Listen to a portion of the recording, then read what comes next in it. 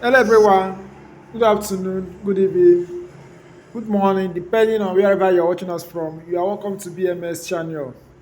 Now, I came online on the X handle this morning. I saw one of the things that are trading, revolution now or never. And I decided to go through it.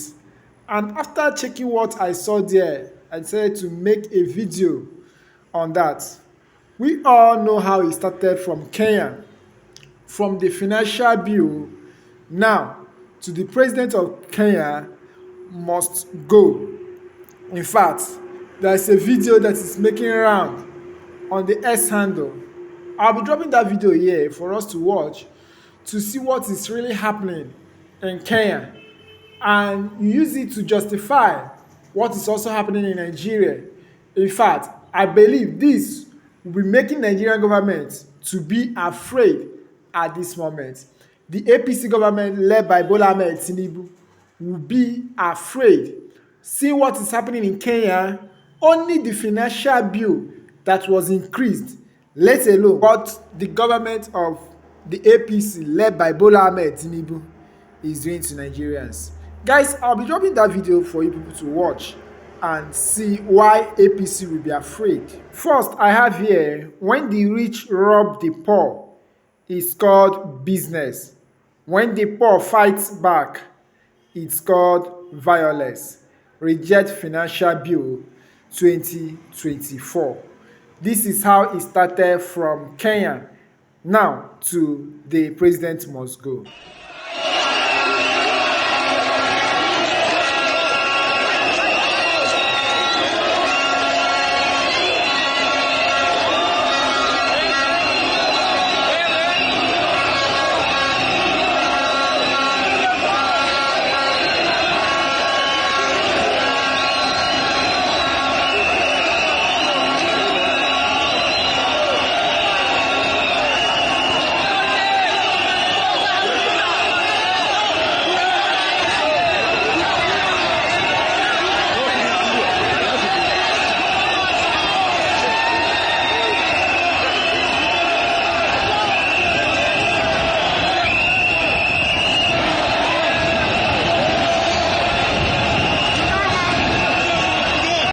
The video showing on your screen is the people of Kenya protesting about the financial bill. Even after the president withdraw that bill, they are now saying that the president must go because lives were lost. Lives were lost. Why did it take the president so much time before he came out to address the public? Now, in Nigeria, it seems the News Central is another channel television we are going to have in this nation. Just a financial bill. Look at what is happening in Kenya. Now they are shouting the president must go. But while in Nigeria, take a look at this, guys. The Sun newspaper reported this.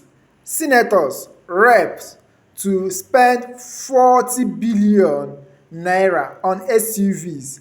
Akpabio, Abbas, Bararu, Benjamin, Carlo to get bulletproof vehicles when Nigerians are very hungry.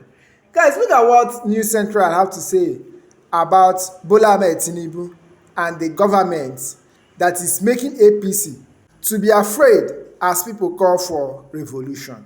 The current Nigerian government seems to be the most tone-deaf government we've had in recent times because of all the things Nigeria in its current state needs to spend money on. If a serious government has taken a look at the current state of affairs and truly is keen on working on a better life for its citizens, if that government, for example, put together a 100-item list, I'm sure that a serious government wouldn't find space to put 21 billion naira for the vice president's residence on that list. Just imagine. Put together a list of the top 50 things that Nigeria needs currently, urgently. I'm sure that there wouldn't be any space if we had a serious government to put 21 billion naira in for the vice president's residence.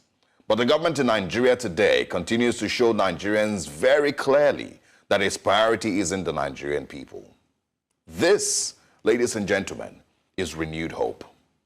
There's no way in logical terms that this project can be defended by any person. But with renewed hope, they don't even bother to give you a good explanation for why this is. What they've simply said is, and of course I'm going to be quoting the Vice President and the Minister of the FCT, Nyesom Wike. He says, this project was awarded in 2010, 14 years ago, and was abandoned in 2014. It was in January this year, in 2024, that we had to review the project to 21 billion naira from 7 billion naira. And that means an additional 14 billion naira.